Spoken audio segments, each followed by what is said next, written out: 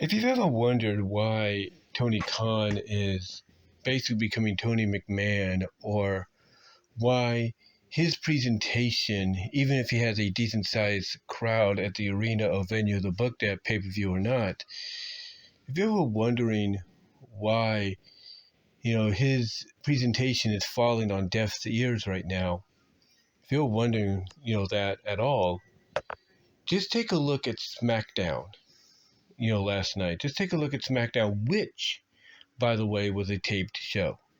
That's right. A show taped last week after last week's Smackdown went live. Just take a look at it. And hell, take a look at the Raw, the week before as well, which was also taped. Yeah. They taped. It wasn't this Raw. This past Monday's Raw was live.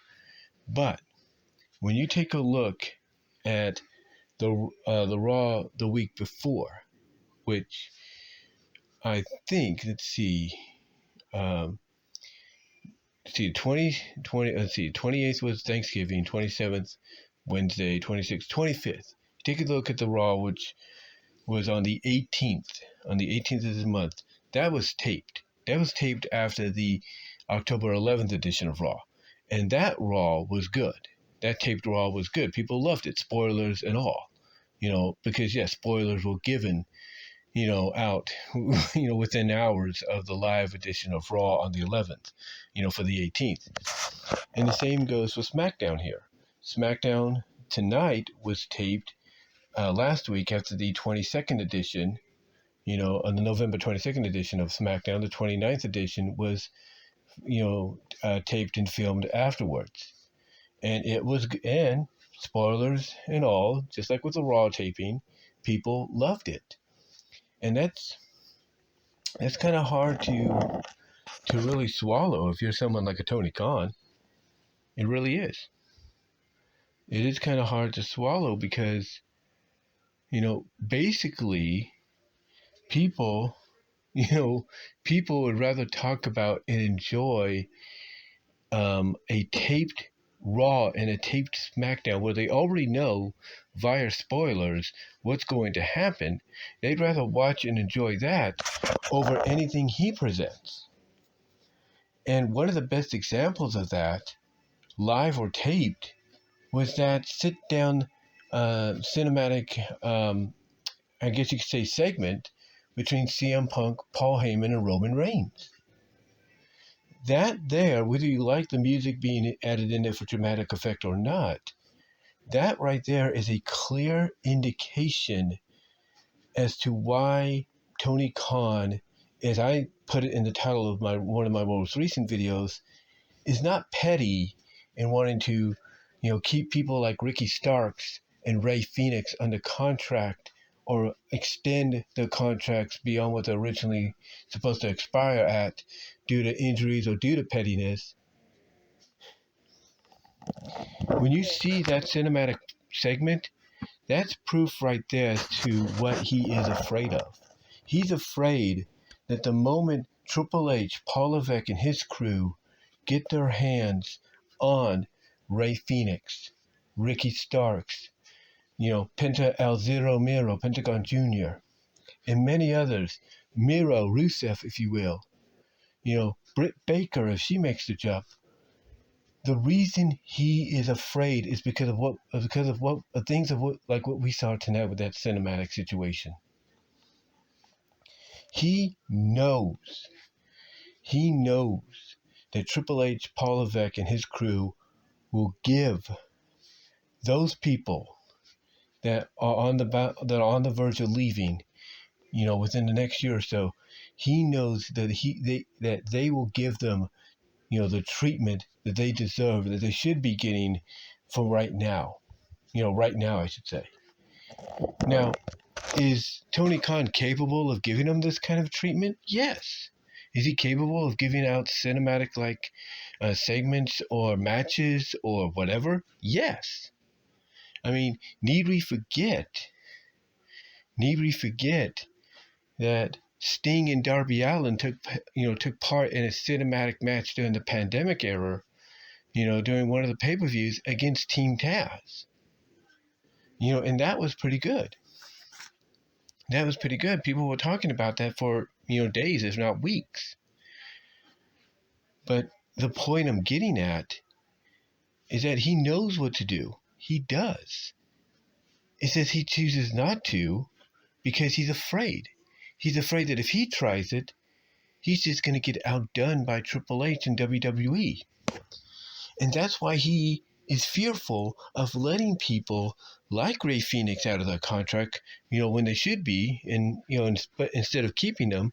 The same with Ricky Starks and all that. He knows that Triple H or Shawn Michaels, wherever they decide to land, whether it's on the main roster or NXT, he knows that they will treat them bigger and better as stars, than he ever could. I mean, look at Ethan Page. All Ego Ethan Page is already a big freaking deal. Well, I wouldn't say a big freaking deal, but basically, he's Monday Night Raw, Friday Night Smackdown bound, by the beginning of next year. And, and if they're willing to put the belt on him already, the main brand's world championship on Ethan Page already, that shows you that they have confidence in the guy that Tony Khan never did. And when Tony Khan sees someone like Ethan Page, being treated better than he in a short amount of time than he ever could treat him, when he sees Lexus King, Brian Pillman Jr., being treated better than he ever could treat him, you don't think that gets under his skin? You don't think that makes his skin crawl? It makes him just want to blow a gasket? Of course it does. And you can't tell me that he's not upset at the fact that when he lost Jade Cargill, and now she's involved in one of the biggest women's division storylines, in a while, which basically eclipse, and I hate to say this, eclipse, the importance of the women's championship on SmackDown, the women's world title on Raw, and even even the soon-to-be debuting, an inaugural women's Intercontinental and U.S. championships. You can't tell me that when he hears about her being involved in the storyline that's gotten people talking, it's important, it's more bigger than anything in the women's division so far. You can't tell me that doesn't upset him. You can't tell me that seeing Cody Rhodes on top as the face of the company is upsetting him.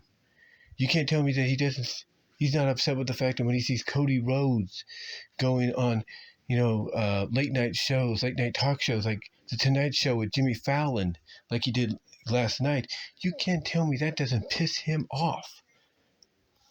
You can't tell me that he doesn't get pissed off at the fact that when he sees CM Punk involved in storylines, in probably one of the biggest, most hyped up, most violent storylines, within WWE, if not pro wrestling, in the past year with Drew McIntyre, and now he's getting inserted into a storyline with the new bloodline, the OG bloodline, with the cliffhanger of the fact that Paul Heyman, his friend that he's doing this for, he wants revenge for the beating he got at the hands of the new bloodline. You can't tell me that cliffhanger of him saying, "All wise man is going to owe me a favor." You can't tell me him seeing Punk involved in storylines like that doesn't eat him alive. It does. And that's why when I titled my video the way I did, and what I said in that video as well, is a fact. It is true. Tony Khan is more afraid than petty.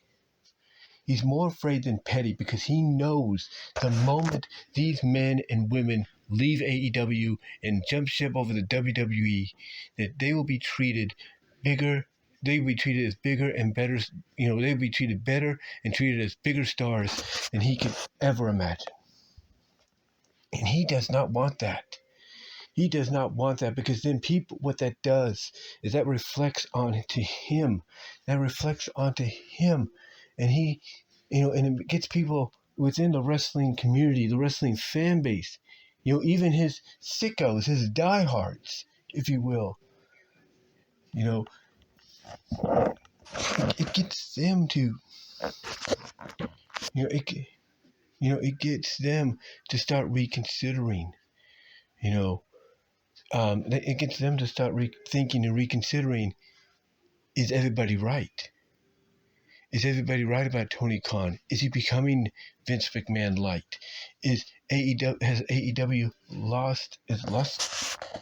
You know, it makes people. Hold on for a sec. That's why basically he's like I say, he's not afraid. He's not petty. He's afraid. You know, this is why you would think you know you would think people like Ray and Ricky and all of them would you think a lot of them would tell Tony, hey, look, we respect what you've done for us and everything, but let us do it. Let us have bigger opportunities and all that. And again, like I said, it's mainly because he's afraid. He is afraid of WWE. He's afraid of the fact that Triple H and Shawn Michaels, like I said, will make them bigger and better, bigger stars and give them better opportunities. Like I mentioned, Jade Cargill right now is in a storyline that's eclipsing everything in the women's division right now. And ever since she stepped into the company, she's been treated like a big star. And you can't tell me it doesn't eat him alive. Like we were saying, you can't tell me it doesn't eat him alive seeing someone like CM Punk who he was dying for, he rolled out the red carpet for, dedicated 1 whole hour or 2 whole hours of Rampage to. You can't tell me, that seeing CM Punk be in the biggest storyline in one of the more violent professional wrestling storylines of the year, you can't tell me that doesn't eat him alive. You can't tell me he's not eating him alive, knowing that he's now involved in the OG bloodline versus new bloodline, with the cliffhanger as we saw last night, that Heyman's gonna owe him a favor, and that's got people talking. You can't tell me that doesn't eat him alive. And again, as I was saying before I had to take a hiatus there for a second, you can't tell me that seeing Cody Rhodes as the face of the company, seeing him making these appearances on Jimmy Fallon and all that, mentioning how his daughter thinks every match that he's in is WrestleMania, you can't tell me that doesn't eat Tony Khan alive, because it does. It eats him alive. And that's why he's afraid more than petty. He's afraid that if he lets Ray Phoenix go and join his brother eventually in WWE, because his brother's heading there soon, according to a lot of reports, and he's afraid that if he lets that happen, he lets Ricky go, that basically right off the bat within months they're going to be treated as bigger stars than they ever were in AEW. They're going to get treatment, better treatment than they've ever had, and they might just end up getting those kind of cinematic segments like Roman and CM Punk got. And he doesn't want that. Again, as I mentioned with all ego Ethan Page, you can't tell me that it doesn't eat him alive that seeing that Ethan got the NXT World Championship right off the bat, basically an indication that WWE has faith in him being a big star for them in the future. You can't tell me that doesn't eat him alive. Same with the way he sees Lexis King being treated. You can't tell me that doesn't eat him alive. The point is, when you get down to this, Tony Khan is only holding on to people, adding on optional time that they may have not agreed to at all, I should say, may have not agreed to at all. He's only doing that not because of pettiness, but mostly because of fear. He is afraid. He's afraid that they will be treated better than he's ever treated them. And he does not want that. He does not want to have fans, as I was saying earlier before I pause for a few moments. He does not want his AEW sickos and diehards to basically, he doesn't want them to basically look, at what's going on in WWE, see these talents getting treated better than they ever were, given these kind of cinematic moments and all that. You can't tell me he doesn't want his sickos, his diehards, his defenders to take a second guess and go like, man, maybe people are right. Maybe he is becoming a Vince McMahon light. Maybe, maybe AEW isn't what it used to be. Maybe it is on its final legs. He doesn't want that. He doesn't want that because what's going to happen is people are going to start comparing him to WCW, if not ECW, and people are going to start looking at him. And the one thing he's afraid of is people will start looking at his company more as a feeder system for WWE than TNA is right now, more so than what ECW was, and he doesn't want that. He does not want that whatsoever, and and he knows that more so than anyone. I mean, he's the one, according to JD from NY206 off the script, he's the one in an interview several years ago said Vince McMahon was his idol. And now, with that interview, resurfacing, or at least the quotes from that interview of him saying that resurfacing, it's starting to, really percolate and make people wonder if maybe that's what's going on with him. Because Vince McMahon used to pull this crap too. He used to pull this crap, but not anymore. He's not there anymore. And Triple H is, under the impression of, hey, if you don't want to be here, you want out, you want to spend time with your family, or you feel like you need a break, or you want to explore other options, fine, no problem, I'll let you do that. Because he knows eventually they'll make their way back. Because they all do. But in the end, it's more, like I said, it's like I said in the previous video, it's more about him being afraid. That's why he's extended an option year on Rey Fenix's contract, maybe an option year that Rey Fenix did not agree to. Same with Ricky Starks, because he's afraid they'll get treated better than he ever could treat them. That's why he's doing it. That's why he's doing it. And what's crazy too? Is you have all these talents saying everything's fine, right? Everything's good. But the truth is they know it's not. They're only saying that because they're hoping, and look, it's great for them to hope this and believe for this and pray for this to happen, but they know deep down that nothing's as good as they say it is. But they're only saying that because they're praying and hoping that Tony Khan wakes up and realizes, oh, blank, I'm becoming what I was fighting against the entire time. I was fighting against when we first began. I'm becoming the man who I said I was idolizing, but did not want to be. They're praying and hoping he wakes up and realizes, oh, I need to be, if I'm going to be a real boss, I need to, and be respected by people, I need to be a real boss, and I need to be fair to those that help build this company from the start, and let them go pursue other opportunities. That's why when you hear Kenny Omega come out and say things are fine, when you hear other people say, oh, things are fine, when deep down they know it's not, but they're only saying it because they are hoping and praying, which is the right thing to do, that things do turn around. Things do turn around. And if this storyline that Moxley's a part of, Jon Moxley and the Death Riders, Pac, Claudio, Marissa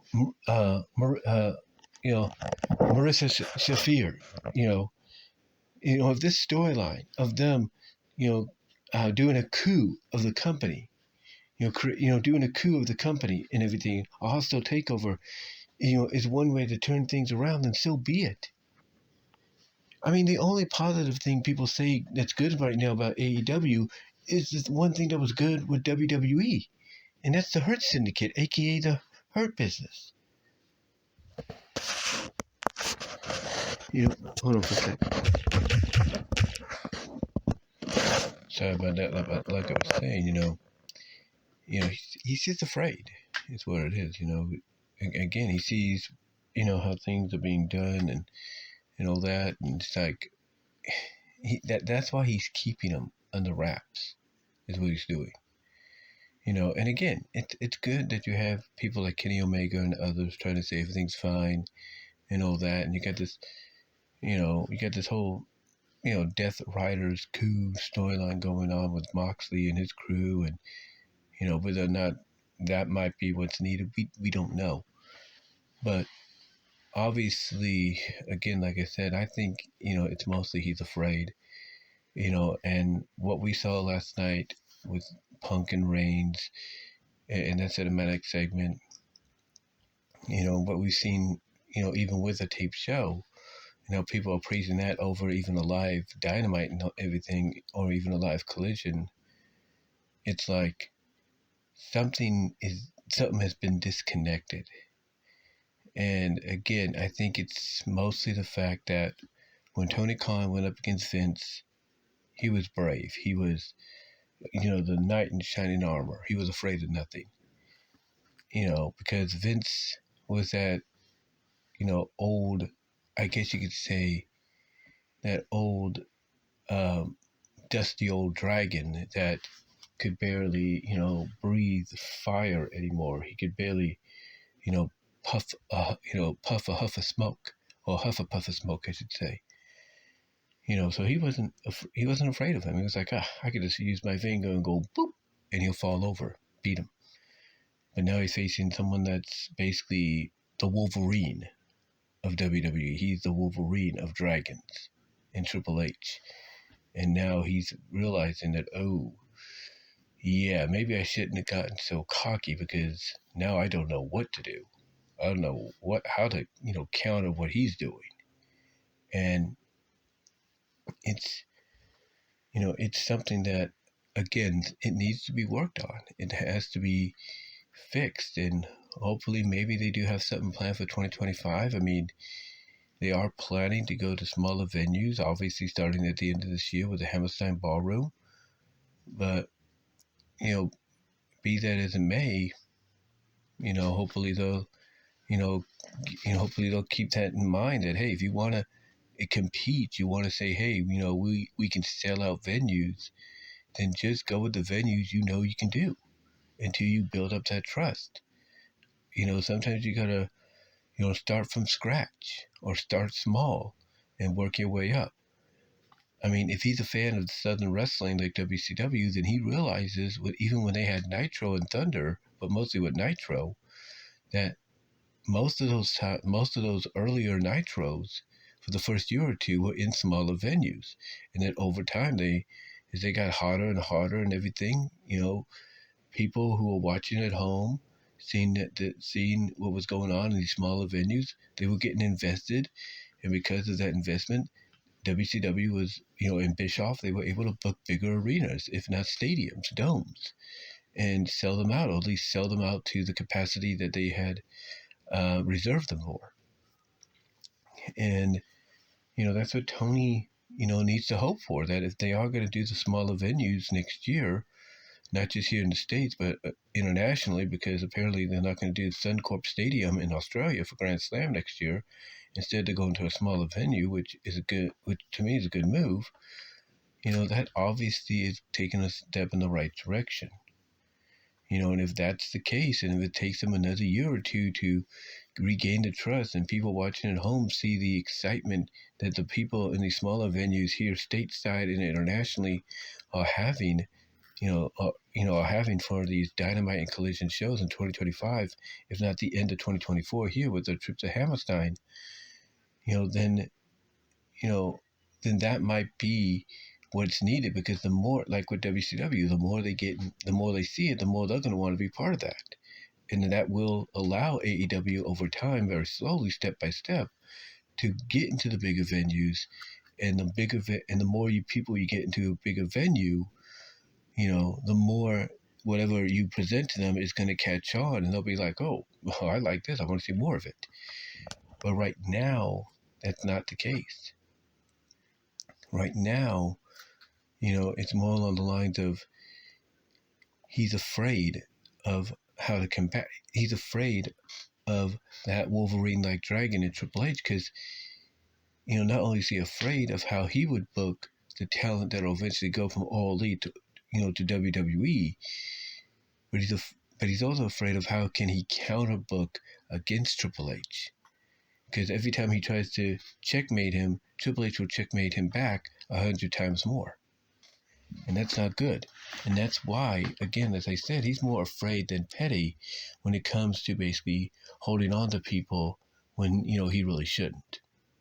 But again, I think last night on SmackDown, especially with the cinematic segment, even for a tape show, that's a prime example of what Tony Khan's afraid of, when it comes to Triple H getting his hands on people like the Lucha Brothers, Ricky Starks, potentially Miro, Rusev, Britt Baker maybe, and so on. But I could be wrong. Maybe I'm wrong. I don't know. Let me know what your thoughts are, guys. Comment below, like the video, ring the bell for notifications, subscribe to the channel, click on the links in the description to find my content elsewhere. And until then, I will talk to you later, but give me your thoughts. I'd like to hear if you agree with me on this or not. Peace out.